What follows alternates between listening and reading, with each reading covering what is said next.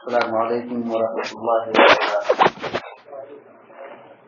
الحمد للہ رب العالمین والعاقبۃ للمتقین والصلاۃ والسلام علی اشرف الانبیاء والمرسلین نبینا محمد وعلی آلہ وصحبہ اجمعین ومن تبعهم بإحسان الی یوم الدین، اما بعد۔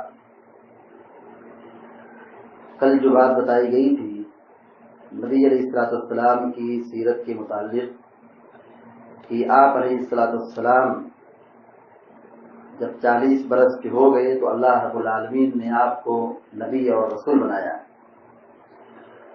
آپ علیہ السلام کی نبوت سے پہلے کی اجمالی سیرت اور آپ کی شخصیت بڑی مثالی تھی۔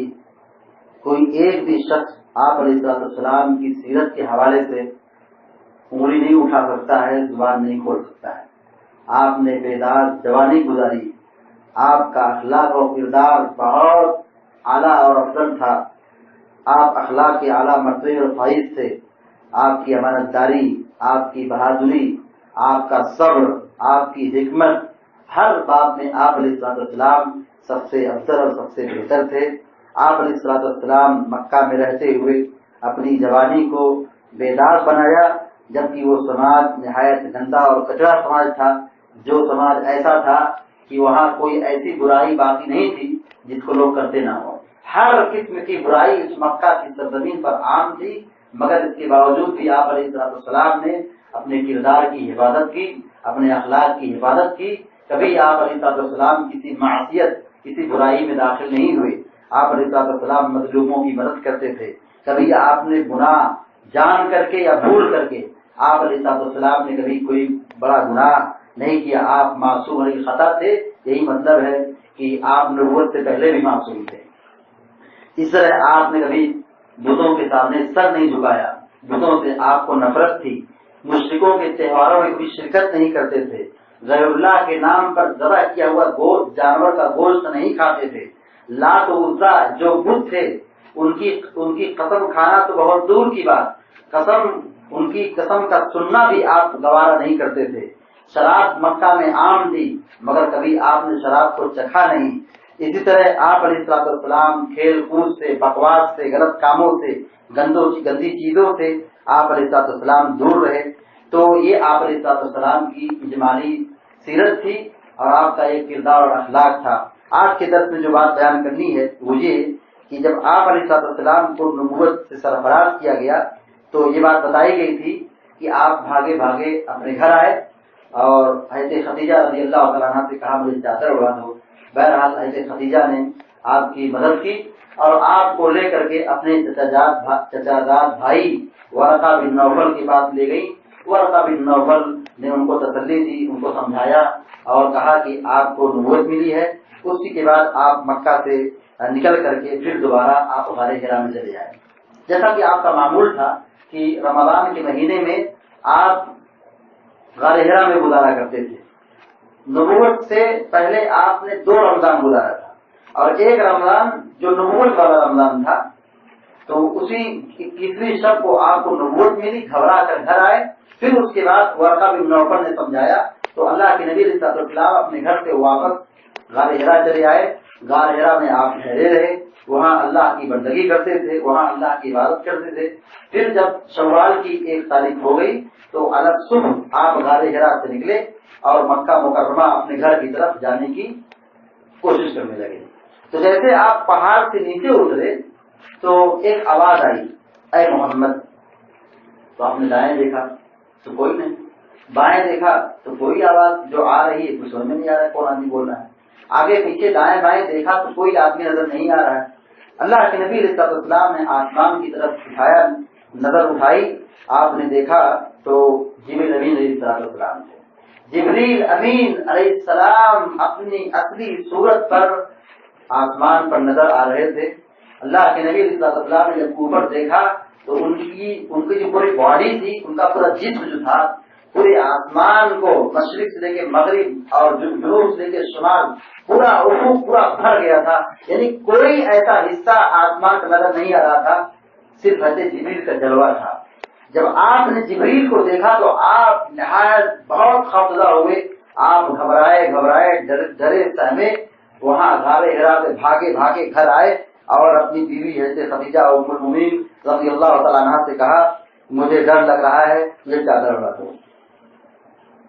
تو بہرحال جب چادر اوڑھ کے لیٹے تو یہ آیت کریمہ نازل ہوئی، سورہ مدثر کی ابتدائی 5 آیتیں، یا ایھا المدثر قم فانذر وربک فکبر وثیابک فطہر والرجز فاہجر۔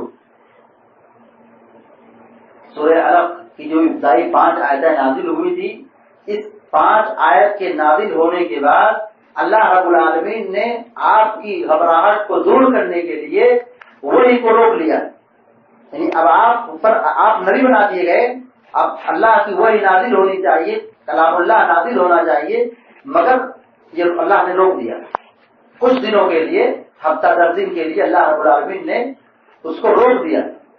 تو اب کیونکہ آپ ڈرے ہوئے تھے، اسی گھبراہٹ اور ڈر کو دور کرنے کے لیے یہ اللہ تعالیٰ نے بندش وحی کو وقتی طور پر روک دیا تھا۔ تو بندش وحی کے بعد، وحی کے رک جانے کے بعد جو سب سے پہلی آیت نازل ہوئی، جیسا کہ ابھی بتایا کہ آپ غار حرا سے واپس آ رہے تھے، جبریل نے پکارا اے محمد، تو آپ نے دائیں بائیں آگے پیچھے دیکھا تو نظر نہیں آئے، آسمان کی طرف نظر اٹھایا تو جبریل کو دیکھ کر آپ ڈر گئے تھے۔ جب آپ گھر آئے تو آپ چادر اوڑھ کر کے سو گئے۔ اللہ رب العالمین نے یہ وحی نازل فرمائی جبریل کو بھیج کر کے۔ یہ وحی کیا تھی؟ سورہ مدثر کی ابتدائی 5 آیتیں نازل ہوئی، یا ایھا المدثر، اے چادر کے اوڑھنے والے، اے کمبل کے اوڑھنے والے، قم فانذر، اٹھیے، یہ سونے کا اور آرام کرنے کا زمانہ ختم ہو گیا، فانذر، اٹھیے، بیدار ہو جائیے، چادر ہٹائیے، یہ سونے کا وقت نہیں ہے، یہ آرام کرنے کا وقت نہیں ہے، قم فانذر، اٹھ جائیے، چادر چھوڑ دیجیے اور ڈرائیے لوگوں کو، اللہ کے عذاب سے ڈرائیے، دھمکائیے اور بتائیے کہ اللہ کی پکڑ، اس کا عذاب کتنا سنگین ہے، توحید کے نہ ماننے کا نتیجہ اور انجام آخرت میں کیا ہے، جہنم کی آگ کیا ہے۔ ابھی ڈرائیے، یہ سونے کا وقت نہیں ہے، آرام کرنے کا وقت نہیں، اٹھیے، بیدار ہو جائیے، چوکنا ہو جائیے، اپنے مشن پر قائم ہو جائیے۔ یہ اللہ رب العالمین نے آیت نازل فرمائی، اور آگے اور فرمایا وَرَبَّكَ فَكَبِّرْ، اپنے رب کی بڑائی بیان کیجیے، اپنے رب کی کبریائی بیان کیجیے، اللہ کی حمد و ثنا بیان کیجیے، اللہ کی تعریف بیان کیجیے، اللہ کا ذکر و اذکار کیجیے، اللہ کی عبادت کیجیے۔ وَثِيَابَكَ فَطَهِّرْ، اپنے کپڑے کو صاف رکھیے، اپنے کپڑے کو صاف رکھیے، مطلب جو شرک اور کفر کی جو گندگی ہے، جو جاہلی سماج میں آپ رہے ہیں، جو وہاں پہ بت پرستی عام ہے، ایسی بت پرستی اور بدعقیدگی سے اپنی شخصیت کی حفاظت کیجیے، اور ایسے عوام الناس کی بھی حفاظت کیجیے۔ اپنے کپڑے کو پاک کیجیے، یعنی عقیدے کی اصلاح کیجیے۔ وَالرُّجْزَ فَاہْجُرْ، اور بتوں سے دور ہو جائیے۔ یہ 5 آیتیں نازل ہوئی، اس کے بعد اللہ رب العالمین نے جب یہ 5 آیتیں نازل فرما کر کے آپ علیہ السلام کی نبوت کا اور مشن، نبوت کا مشن اور نبوت سے مطلوب چیز کیا ہے، یہ یہاں پہ ذمہ داری آپ کی بتا دی گئی۔ اس کے بعد آپ علیہ السلام اپنے مشن پر لگ گئے، لوگوں کو اللہ کی توحید کی باتیں بتانے لگے۔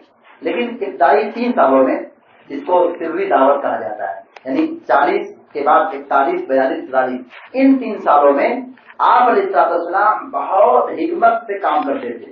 توحید کی دعوت ایسے سرے عام نہیں بیان کرتے تھے، سری دعوت یعنی چپکے چھپ کر کے توحید کی دعوت آپ دے رہے ہیں۔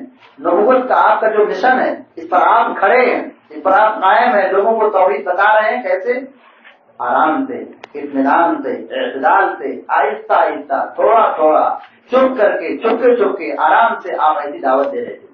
اسی کو حکمت عملی کہتے ہیں۔ یہ نہیں کہ آپ جیسے چاہیں دعوت دیں، حکمت سے کام کیا جائے۔ ہاں، جہاں بالکل سماج ایسا ہو جہاں کھل کر دعوت دینا ضروری ہو تو وہاں آپ نے کھل کر بھی دعوت دی ہے، لیکن اسٹارٹ آپ نے کیسے کیا ہے؟ نبوت کا آغاز، دعوت کا آغاز آپ نے کیسے کیا؟ حکمت عملی کے ذریعے سے، چپکے۔ تو اللہ کے نبی علیہ السلام چپکے دعوت دیتے تھے۔ یہ سلسلہ 3 سالوں تک جاری رہا، پوشیدہ دعوت، سری دعوت، آپ ایسا 3 سالوں تک دیتے رہے۔ ان 3 سالوں کے اندر جو نتیجہ برآمد ہوا وہ قابل تعریف ہے۔ اللہ کے نبی علیہ السلام پر جب پہلی آیت نازل ہوئی بندش وحی کے بعد، کیونکہ پہلی آیت جب نازل ہوئی تو آپ کو بھی نہیں پتا چلا کہ میرے ساتھ کیا ہوگا. اس کے بعد جب گھر آئے تو ڈرے سہمے تھے, آپ کو بھی پتا نہیں ہوا کہ میں کیا ہوں, کیا ہوا کیا نہیں ہوا. یعنی آپ کو نبوت دے دے گی, آپ کو کچھ کانوں کان خبر نہیں. جب دوسری مرتبہ وہی نازل ہوئی جہاں آپ کی ذمہ داری پیش کی گئی, قم فانذر وربک فکبر, نبوت کا مشن آپ پیش کیجیے اپنی قوم کو, تب آپ کو پتا چلا کہ نبوت مجھ کو ملی ہے. تو اللہ کے نبی علیہ السلام نے سری دعوت کے اندر جو دعوت پیش کی, اس لمحے میں, اس پیریڈ میں جو نتیجہ برآمد ہوا وہ قابل تحسین ہے. وہ یہ کہ سب سے پہلے آپ کی دعوت کو آپ کی بیوی حضرت خدیجہ رضی اللہ تعالیٰ عنہ, جو ہماری ماں ہے ام المؤمنین رضی اللہ تعالیٰ عنہ, انہوں نے سب سے پہلے دعوت قبول کی. آپ کے بعد حضرت خدیجہ کے بعد ابو صدیق نے آپ پر ایمان لائے, اور صدیق کے بعد حضرت علی رضی اللہ تعالیٰ ایمان لائے, اور اس کے بعد حضرت زید بن حارثہ جو آپ کے غلام تھے. یہ 4 لوگ ایسے ہیں جو سابقین اولین ہیں, سب سے پہلے اسلام لانے والے. سابقین اولین ایک اصطلاح ہے جو مکہ میں شروع ایمان لائے تھے. صرف اتنے ہی 4 لوگ سابقین اول نہیں ہیں, بلکہ کہنا یہ ہے کہ سابقین اولین میں سر فہرست سب سے پہلے اسلام لانے والے یہی حضرت خدیجہ ہیں, ابو صدیق ہیں, علی بن ابی طالب ہیں, حضرت زید بن حارثہ ہیں. ان لوگوں نے سب سے پہلی دعوت قبول کی, اور حضرت ابو صدیق کی محنت اور کوشش کے نتیجے میں بہت سارے لوگ مکہ کے اسلام قبول کیے. حضرت ابو عبیدہ بن جراح ہیں, حضرت سعد بن ابی وقاص ہیں, حضرت عثمان بن عفان ہیں, اور حضرت خباب بن ارت ہیں, بلال حبشی ہیں. بہت سارے لوگوں نے اسلام قبول کیا. تو کہنا یہ ہے کہ 3 سال میں آپ علیہ السلام نے جو کام کیا چھپ کر کے پوشیدہ طور پر, یہ آپ کا مشن کامیاب رہا, اور اس نے بہت سارے لوگ اسلام قبول کر لیے. اور اللہ کے نبی صلی اللہ علیہ وسلم نے ان کی اصلاح اور تربیت کے لیے, جو اسلام قبول کر رہے تھے, ان کو سمجھانے اور بتانے کے لیے, دین کو سمجھانے کے لیے, توحید کو سکھانے کے لیے, اللہ کے فریضوں کو بتانے کے لیے اللہ کے نبی صلی اللہ علیہ وسلم نے ایک سینٹر کھولا, دار ارقم جسے ہم کہتے ہیں. توحید کا سینٹر اور مرکز قائم کیا. بھائی اسلام کی تعلیم کو عام کرنا ہے تو کیسے, ایک اسلام کی تعلیم کو عام کرنے کے لیے یا تو مسجد ہونی چاہیے, یا تو سینٹر ہونا چاہیے, یا اسکول ہونا چاہیے, مدرسہ ہونا چاہیے. اب اس سماج میں چونکہ اب آپ چھپ کے کام کر رہے ہیں, تو چھپ کر کام کرنے کے لیے ایک کام یہ بھی ہوگا, جو اسلام قبول کریں گے ان کی اصلاح و تربیت کے لیے ایک سینٹر بنانا پڑے گا, ایک مرکز بنانا پڑے گا, تاکہ وہ لوگ اکٹھا ہوں, وہاں آپ ان کو سکھائیں. تو دار ارقم کو آپ نے مرکز بنایا, توحید کا سینٹر بنایا. یہی اسلام کا سب سے پہلا مدرسہ ہے, اسلام کا یہی سب سے پہلا مرکز ہے, یہی اسلام کا سب سے پہلا قلعہ ہے. اسی قلعے سے لوگ دین سیکھ کر کے دنیا کے چپے چپے میں اسلام کی دعوت دی. یہی مرکز دار ارقم, جس سے دین سیکھتے تھے, توحید سیکھتے تھے, عبادت سیکھتے تھے, اللہ کا ذکر و اذکار سیکھتے تھے, اللہ کی توحید سیکھتے تھے, اللہ کی عظمت سیکھتے تھے, رسول کی محبت سیکھتے تھے. یہیں پر آپ علیہ السلام نے صحابہ اکرام کو دین کی تعلیم دینی شروع کی. تو وہ شام آپ ان کو دین کی تعلیم دیا کرتے تھے. دار ارقم کو آپ اللہ کے نبی علیہ السلام نے مرکز بنایا, اصلاح و تربیت کے ذریعے سے لوگوں کو سکھایا. اور اسی ابتدائی سری دعوت کے دور میں ایک آیت یہ بھی نازل ہوئی تھی, جس کو سورہ مزمل کہتے ہیں. اللہ نے فرمایا, یا ایھا المزمل قم اللیل الا قلیلا نصفہ وانقص منہ. اللہ رب العالمین نے سورہ مزمل میں آپ علیہ السلام کی ذمہ داری کو بیان فرمایا. سورہ مدثر نازل ہوئی. سورہ مدثر میں نبوت کا مشن پیش کیا ہے کہ آپ کو نبوت کا بوجھ اٹھانا ہے, لوگوں کی اصلاح کرنا ہے, لوگوں کو سمجھانا ہے, توحید پیش کرنا ہے. آپ چھپ کر دعوت دیتے تھے. اس سورہ مدثر کی ابتدائی 5 آیتوں کے بعد اللہ رب العالمین نے آپ کی ایک ذمہ داری پیش کی, آیت کریمہ کو نازل فرما کر, یا ایھا المزمل, اے چادر اوڑھنے والے, اے کمبل اوڑھنے والے, اے آرام کرنے والے, چادر اوڑھ کر کے, وباللیل الا قلیلا, دن میں کام کیجیے, رات کو بیدار ہو جائیے, رات کو جاگیے. قم اللیل, رات کو قیام کیجیے.